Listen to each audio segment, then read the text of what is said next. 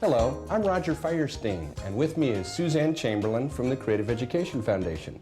And today, Roger, we're going to talk about the evaluation matrix. That's a useful tool when you have more than one. More than one what? Well, more than one idea or option.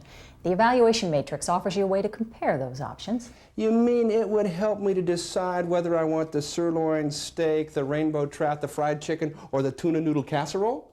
Well, you could certainly use it for that, but Roger, knowing you, I'd just either check the scales or look at your stomach and ask. So I could use the evaluation matrix after lunch? Yes, Roger, you can use it anytime, even after lunch. Well, that is if you have a lot of options you need to compare against criteria.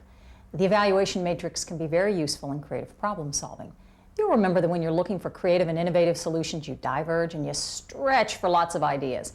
And after that, you need to converge and select the best ideas.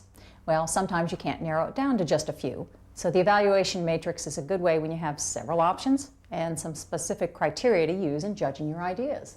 So evaluation matrix would work well during the select and strengthen stage of CPS? Absolutely correct, Roger. Boy, do you learn fast.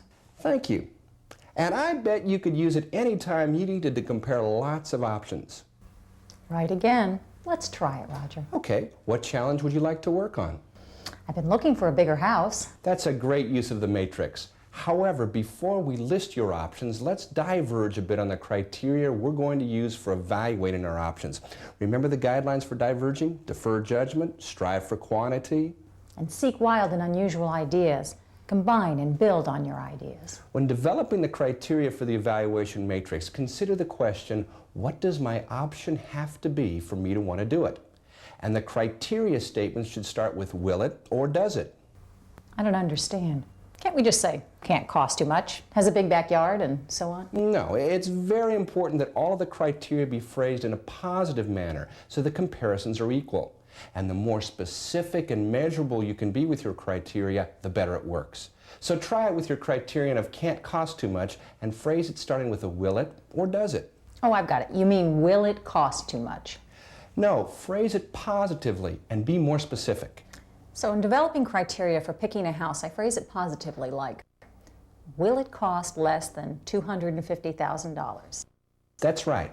And your next one might be, does it have a backyard big enough for a swimming pool and the dog? Or better yet, does it have a backyard that measures 100 feet by 100 feet?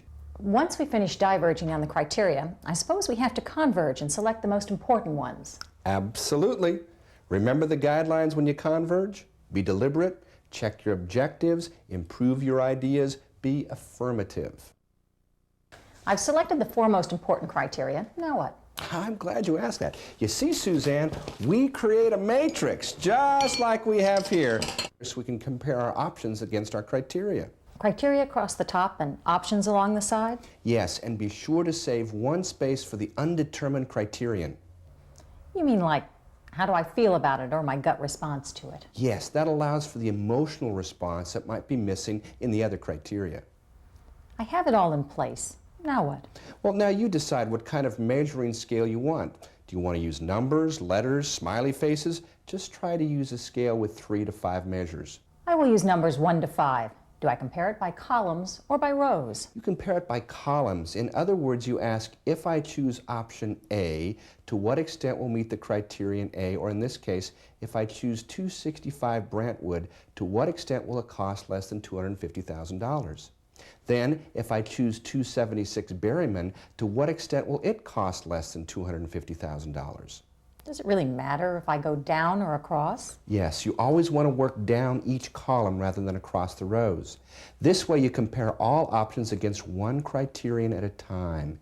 It gives a more accurate measure and avoids the halo effect that might arise by comparing one option against all the criteria before moving on to the next option. I've finished. Now we can add up the numbers. No. Rather than add up the numbers, use the numbers to show your preferences. When you add, you tend to lose the individual ratings in the aggregate score, and not all criteria are equally important. Rather, use the matrix to find the strengths and the weaknesses of your options. Then we can use the matrix the same way we use a PPC to improve our ideas. Good idea. For those of you who might have forgotten, a PPC is pluses, potentials, concerns, and then you overcome those concerns. We would consider the lower scores as concerns and try to overcome those concerns by asking how to and generating ideas. For example, this house appears to be the favorite, but it has only 3 bedrooms. So we might ask, how might we increase the number of bedrooms, or how might we increase the space for bedrooms? Then we could spend some time generating ideas such as finish the attic into a room, divide one large bedroom into 2 smaller ones, convert the basement rec room into a bedroom, put on an addition, and so on. If you're working with a group, you might use the evaluation matrix to start a focused discussion around those options. Everyone can share in the generating and selecting both the options and the criteria, and then each person can do a matrix with the options. This gives you an idea of where the differences are in the group. Group members also can work together to overcome the concerns expressed by the lower scores and to improve those options.